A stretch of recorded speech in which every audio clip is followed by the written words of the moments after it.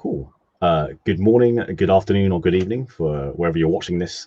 My name is Dale Rodriguez, formerly of Amicari Services, and today with me I have Trevor Fenton of Plain English Law.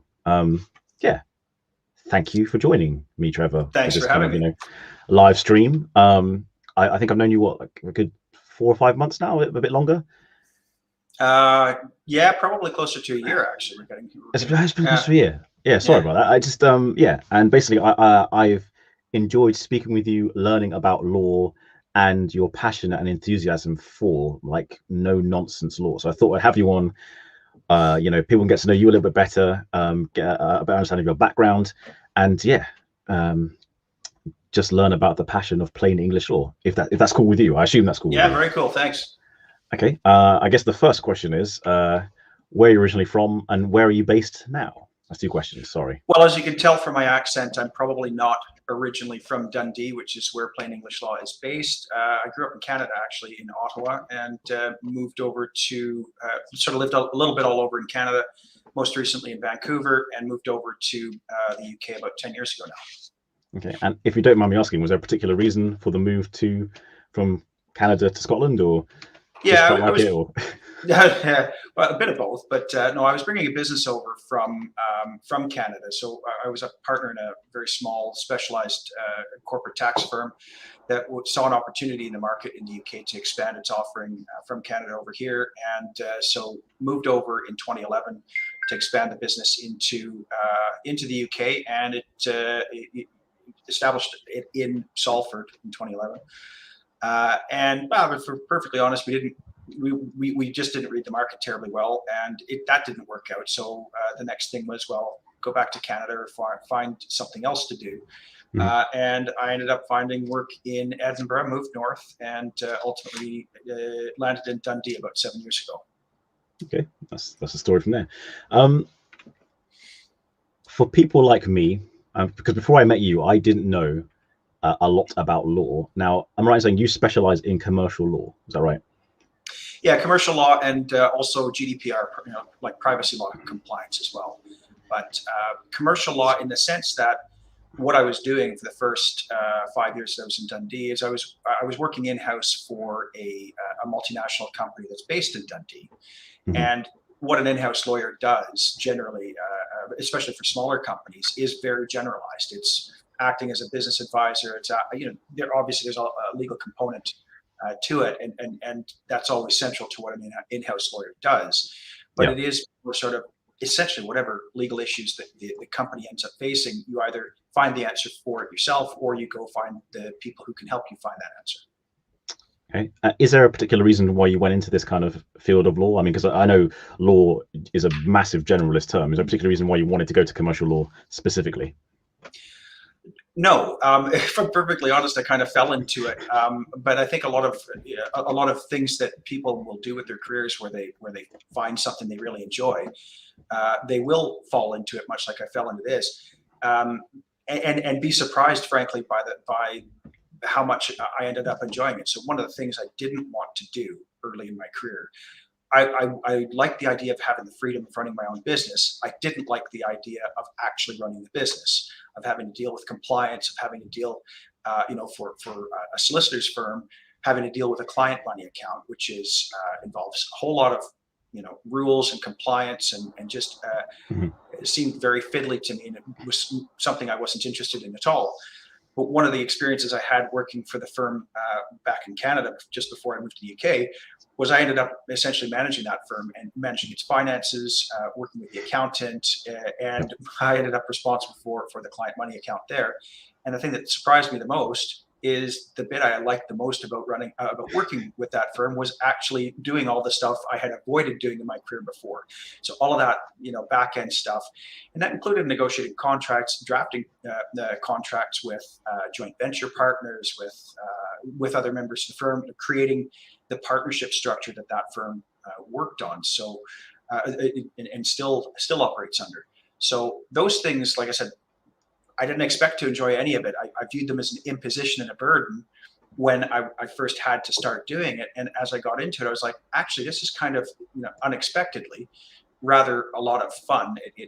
it provided some, Mm. just provided some joy that I wasn't expecting. And so that sort of took me into looking at, well, how are these contracts put together, and why do they even look like this in the first place? Because I'm not finding the way that these that other lawyers, when they present me with contracts, I'm not finding them very helpful, and I don't see a need for them to look like this.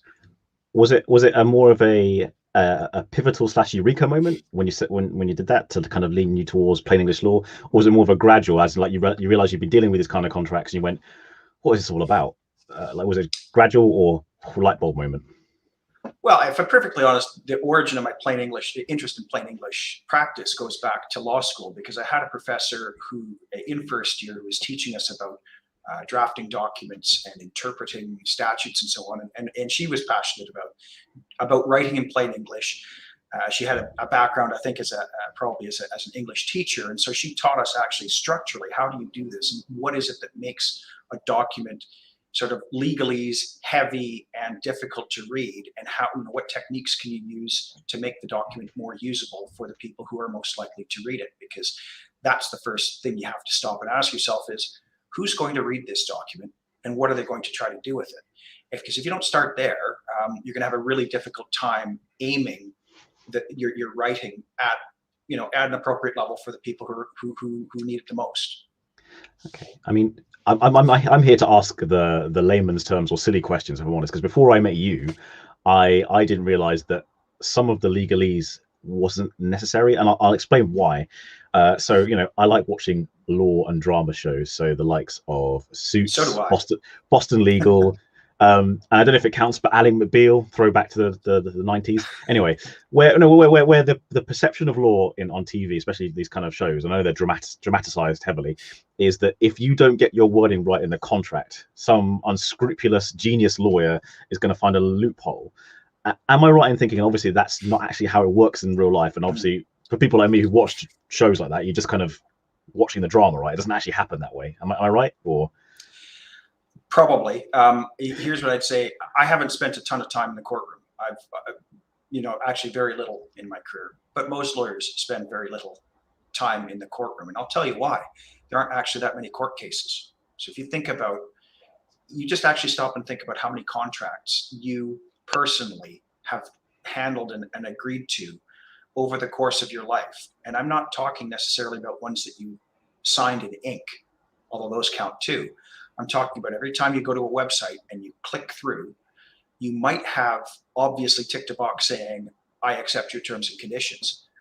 But it could simply be something that, purchasing something online, you are forming a contract. You might not have looked at the terms and conditions, but there will be, or there should be anyway, terms and conditions somewhere on that website that will govern your relationship with the person who's selling you the goods or the services that you're buying.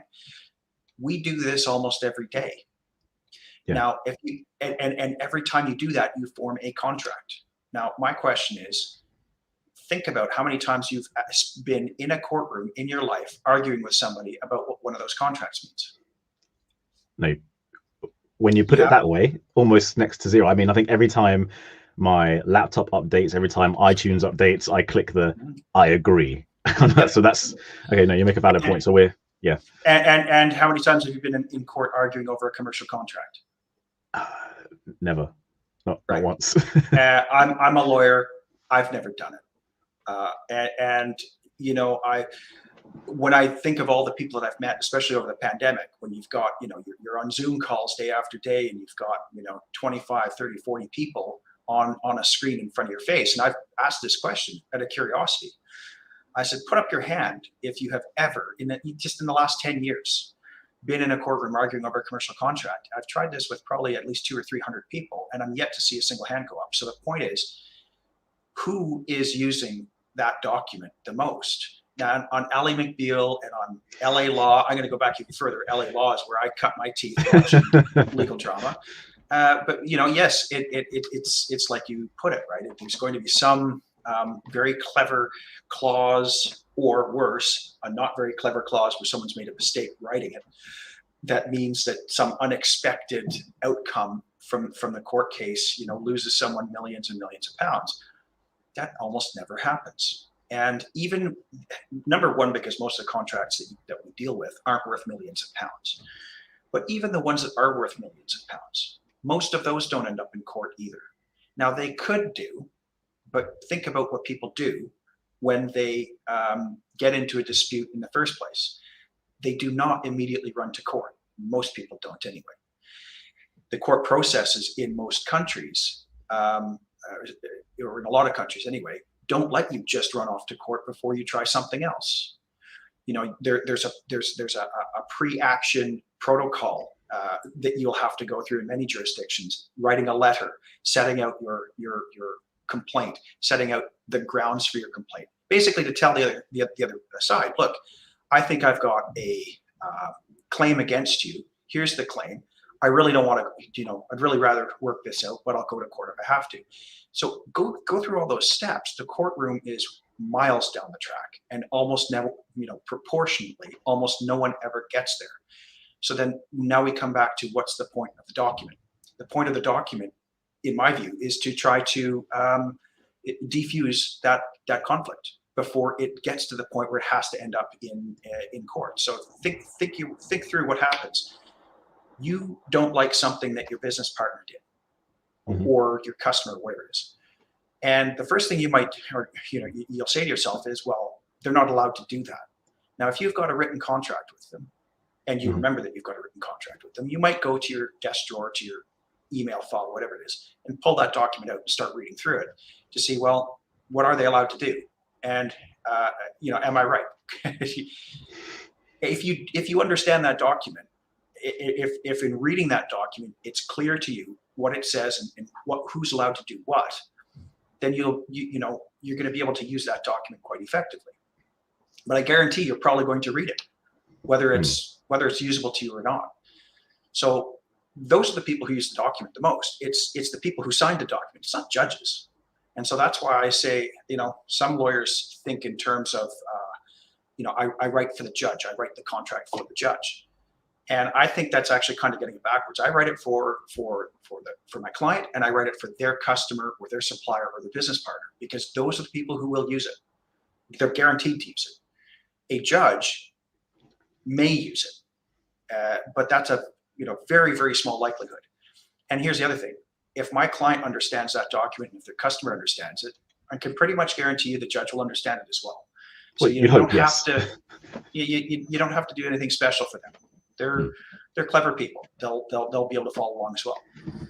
So I'm going to ask like two kind of follow-up questions to lead it in a slightly different direction. Why is legalese still used today, and where did it come from? Is it something that's ingrained in the culture?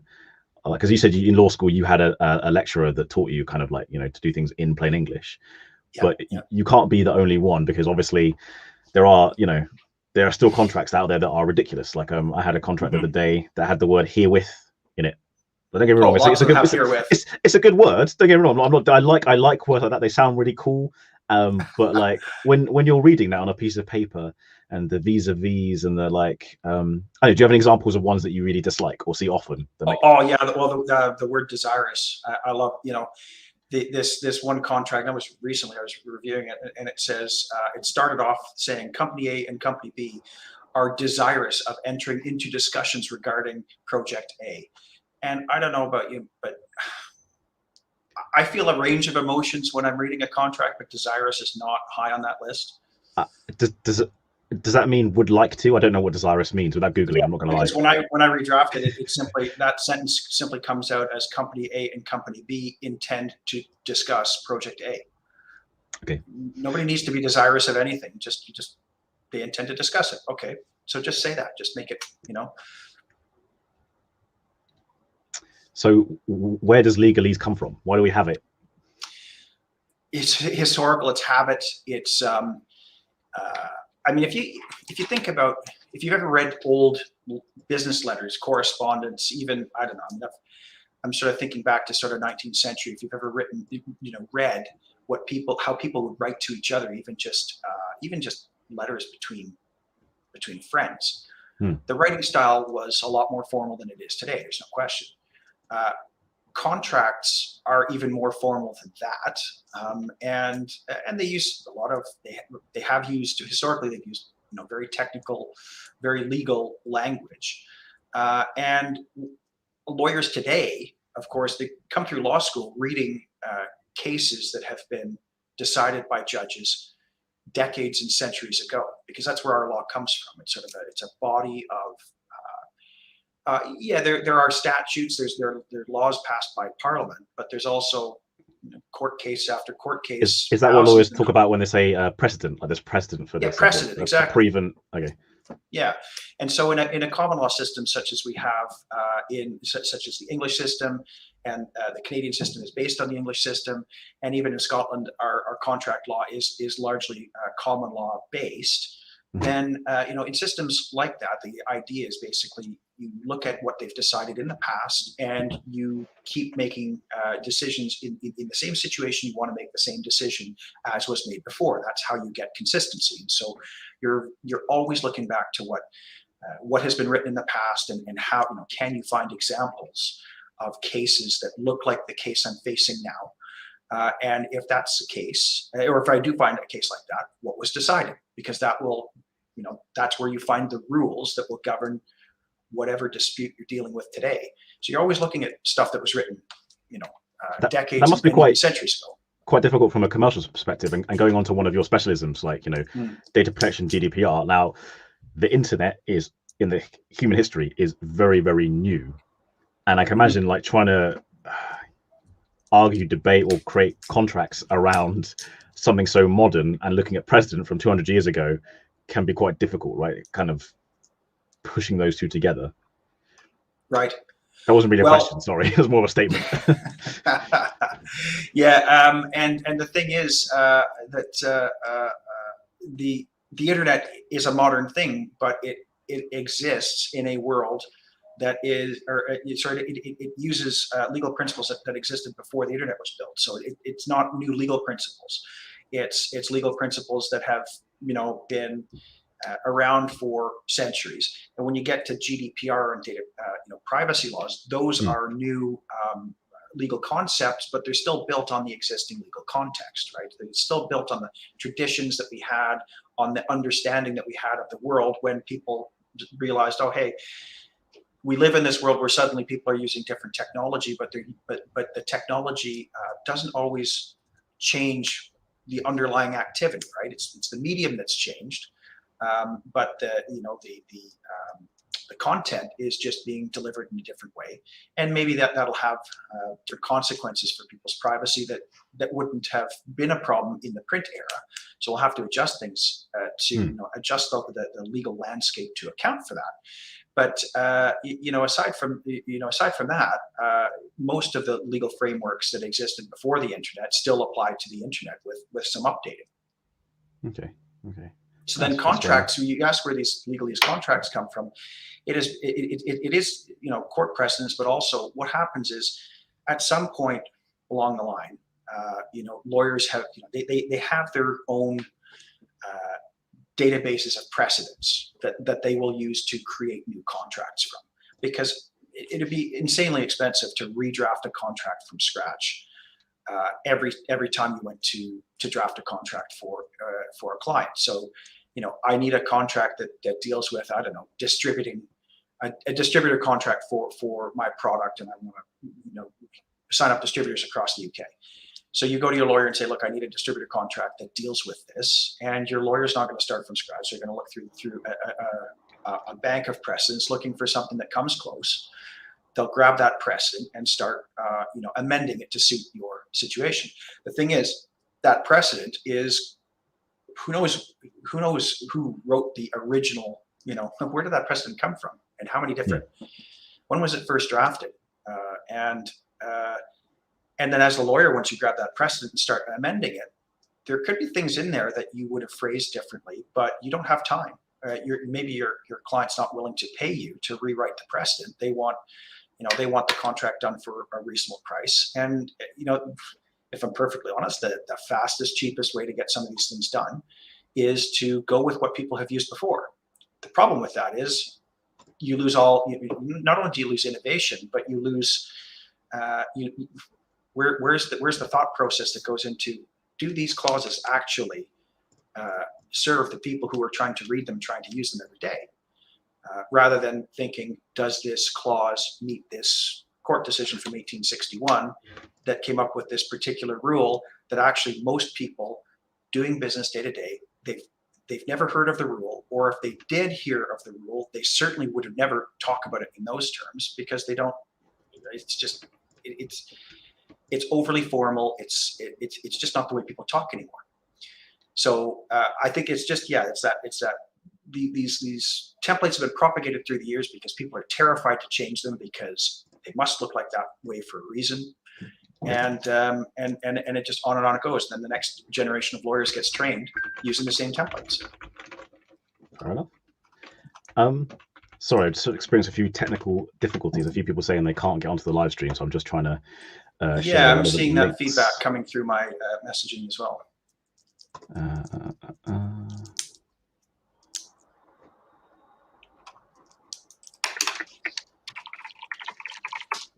So please bear with me.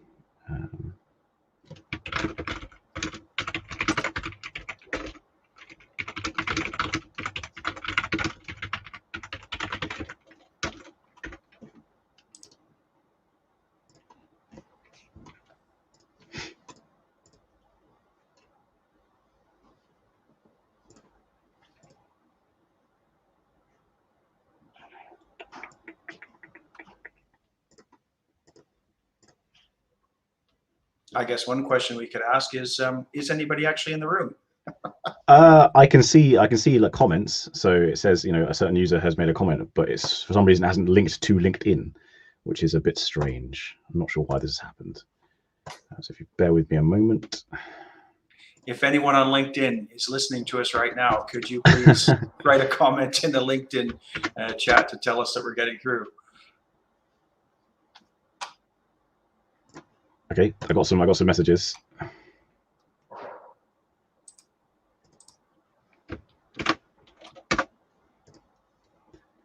All right, I'm gonna share the StreamYard live link and see if people can pop in that way.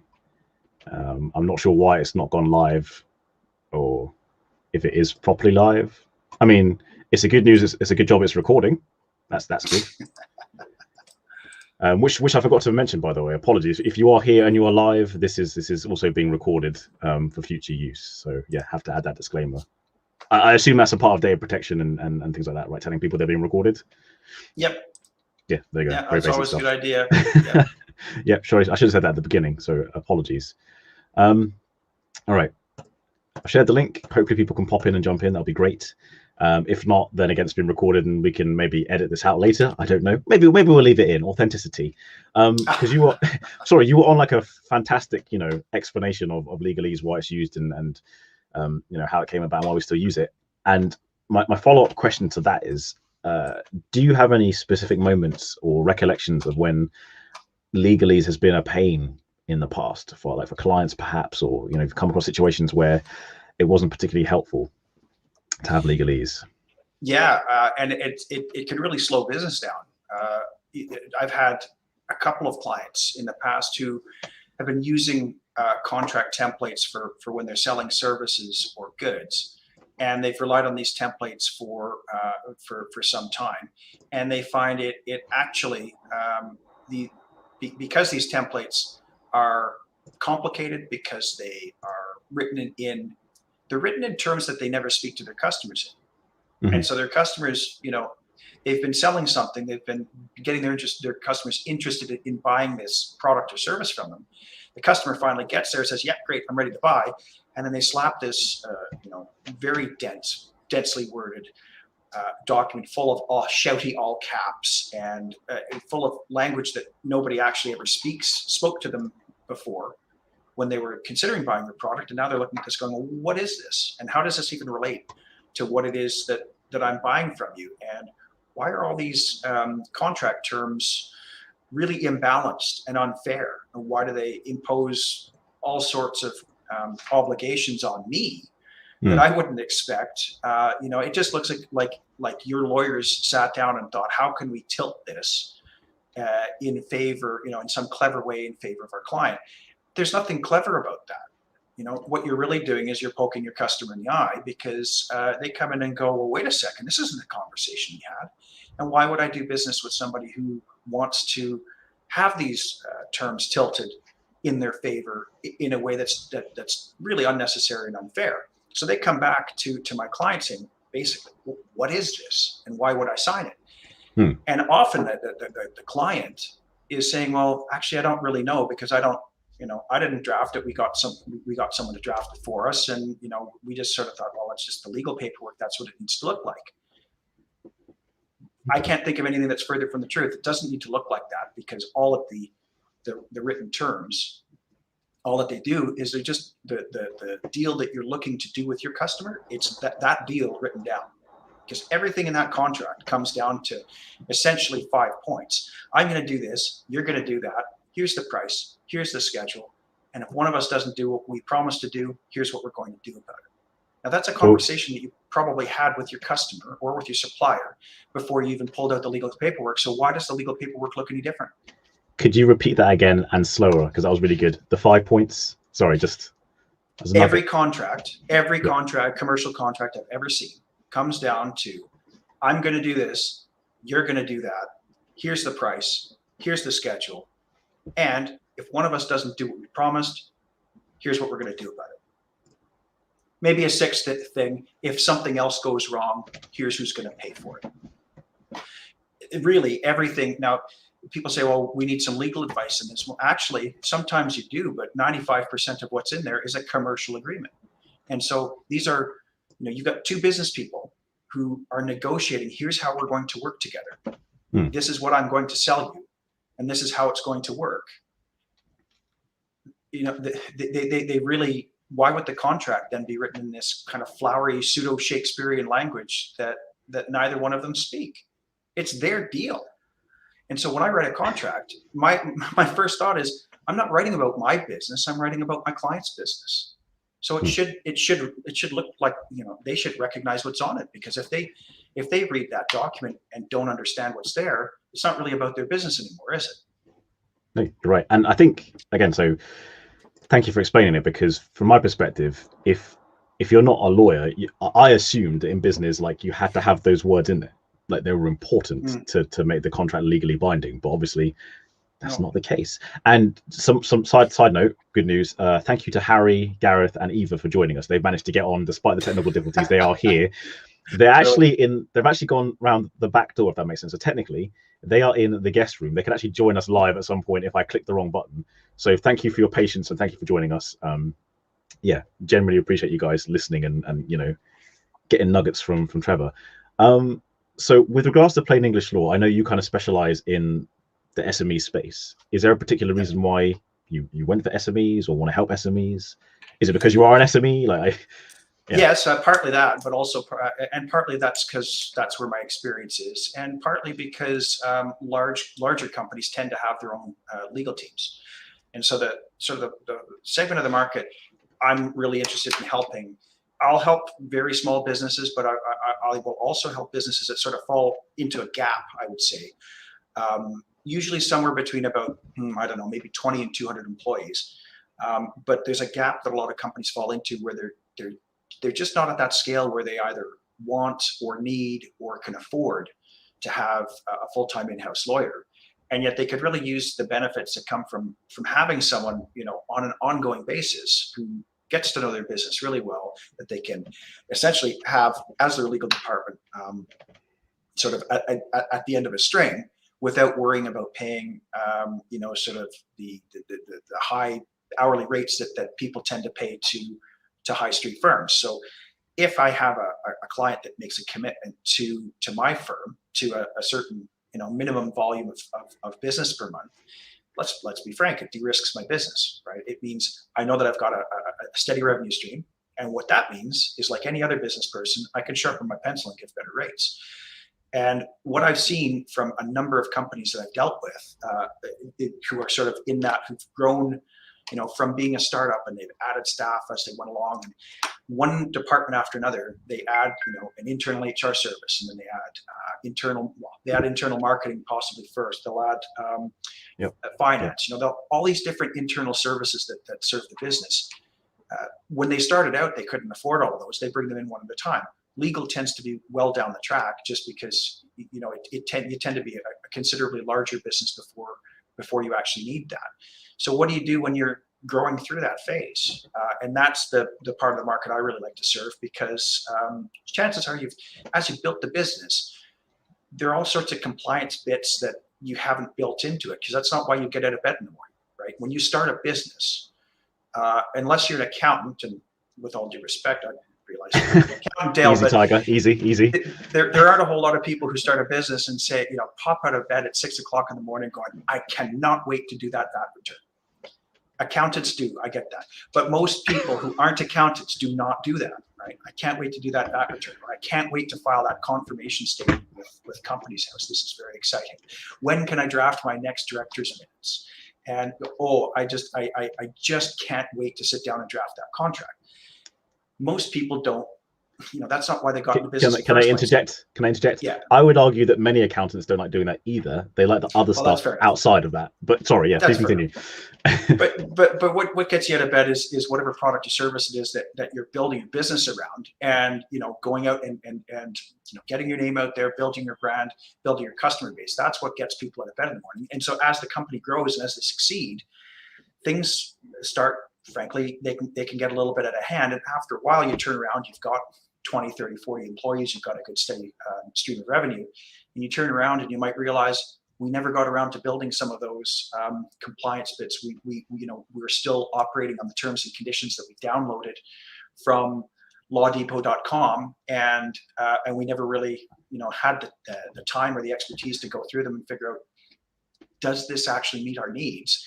And so now it's time, when you've got the time to do that, and when you've got the resources to be able to pay someone, like I said, not full time, but for a part-time ongoing assistance like that, that's where I like to step in, because I think I can really help, not just in plain English, but help get those bits together, so that the companies can get not just non-compliance, but get the legalese and the nonsense out of the way of the customer relationship and out of the way of the business growth. One of the things I like about talking to you and dislike about talking to you is you answer the questions of what you're going to ask. So I was going to ask you about the elephant in the room, template contracts, but you've already kind of touched on that. And my understanding of what you just said is basically, look, you'll start up, you'll get template contracts in place, and over a few years, they won't quite be fit for purpose. And that's actually where you need a little bit more specialism. So that's why you wouldn't use template contracts going forwards. Is that correct? Well, kind of. I'll be perfectly honest. I use template contracts. It's just the templates I use are different, right? I draft. If you go to a commercial service that has lots of templates available, you can find templates. I mean, and lawyers do this, by the way. Every law firm I know of subscribes to either LexisNexis or Practical Law.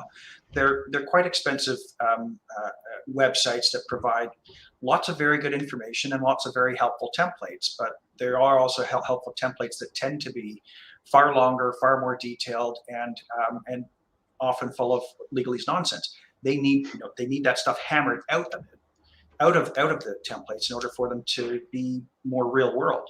And that's what, so I do tend to start with those templates, but what I'll do is then I'll create my own version of them that be half the length and won't have the passive voice and the really long sentences and the convoluted, exceptions, sentences with 6 and 7 and 8 and 10 commas in them. That stuff's got to go because it makes the document, less usable for the people who are most likely to read it, which, like I said, is your customer, it's your supplier, it's your business partner, and it's you as a business person. Okay, I'm going to ask a very direct question. What is the real world impact of having plain English contracts? Like, what does that mean for me as the business owner or as the employee? What does that do? How does it work? What's the benefit? The benefit is it, first of all, builds trust, because your customer, when they read the document, aren't sitting there wondering, what is this company's lawyer trying to pull? What is this company trying to pull on me with this language that I don't really understand? I don't know why this clause is in there. I don't know how it operates. I can't think of a situation where that would happen. I just don't get it, right? So anytime you have that, that can affect the trust between you and your customer or your supplier. Why is this there? What does that do? Well, one of two things. Either they just go quiet, and you don't hear from them again, and you might not even realize actually things were fine until I read that contract. Or they call in, and if you're a larger company with a call center and you're thinking, okay, well, we've only got so many staff to handle customer service and so on. I've seen this happen, that when you improve contract templates, the volume of calls drops. The amount of work that you need to do to explain yourself to your customer will drop, because the customer will read it. And if it's drafted not just in an understandable way, but then you actually stop and you ask yourself, do I need these one-sided terms? Or what is the balance that we're trying to strike here between what I need and what my customer needs? If we strike that balance correctly with a fair deal that the customer can understand, they're far less likely to have to pick up the phone and ask your staff, what does this all mean? Saves you money. Cool. Yeah, thank you for answering that. It saves business money. So like, again, less negotiation around contracts. If it's simple, understandable, then everyone agrees. Yeah, okay, that makes sense. I'm not gonna lie, I'm pretty sure I've hit the road with all my questions. And to be honest, like I said, you answer things before I ask them, which is great and frustrating at the same time. No, it's don't apologize. I have to admit, I mean, I'm just looking at the clock and it's only 36 minutes into this, and I'm thinking to myself, I don't remember the last time anybody said I was too brief in my comments. I'm not usually accused of being reluctant to speak. No, I appreciate it. It makes it so much easier, because if it's just me asking questions to people and it's like yes, no, maybe, it's like, that's very boring. It's obviously you're very passionate about it. It's very clear that there is a benefit to the way you do law and the way you do commercial law. So I get that. Saves time, saves money. One thing I have to ask you about as well. Sorry. Probably the final question, and you've already kind of touched it, but I want to ask it very specifically. It's on your website. What is virtual counsel? What is that? Oh, that's what we were talking about earlier. This idea of if you're not really at the scale where you need, want, or can afford a full-time in-house lawyer, how do you get that in-house lawyer type service without hiring somebody full-time? You could put out an advertisement for a part-time position, and there are some solicitors who might be interested in that, but actually they tend to be pretty difficult positions to fill. That's where I can come in and say, look, if I can give you both the flexibility of not having someone on your payroll, right? So if you find after a month or two, actually, we don't need this on an ongoing basis, then we're done, and you haven't made that kind of commitment to someone and sort of promise them something that you might not want or be able to keep providing, promise them a job ongoing. If you don't want to do that, but you still need that level of support for a period of time, it's exactly where I think a virtual in-house counsel and virtual counsel can step in and provide essentially that same service, that commercial thinking with the legal overlay, if you will, but without inflating the payroll. Okay, cool. Yeah, thank you for explaining. Are there any kind of final takeaways that you want to kind of mention, or things you want to prompt people to, as opposed to me leading with questions? Anything you just want to say to get off your chest in general? I know. I know. I know the answer to that question already, but I thought I'd ask it anyway, just to put you on the spot. I like making your face go red. It's fun. Oh, okay, anyway. Yeah. Cheers. No, that's it for me. Okay. Cool. Apologies to everyone who tried to get in before and couldn't. I'm glad you. Thank you for persisting, and I'm glad that you were able to make it and join Dale and us for this. Dale and I for this conversation. Thank you. So I'm just reading a comment by Gareth. He says, "I love a takeaway." I'm assuming he means like a Chinese or an Indian or something like that. And I don't blame you. It is kind of getting to that time of the afternoon too. All right. Again, there's funny comments coming in, and I think some of them are inside jokes. So I'll leave it there. So yeah, Harry, Eva, Gareth, anyone else who has been watching, thank you very much for joining us. Anyone who's watching the recording, thank you for watching to thus far, until this point. Yeah, Trevor, it's been great having you on, talking. Again, like I said, I'm a big fan of the work that you do and how you do it, and I've learned so much from you. So thank you for joining me. I appreciate it. Brilliant. Thanks for having me. Cool. Take care, everyone. Bye.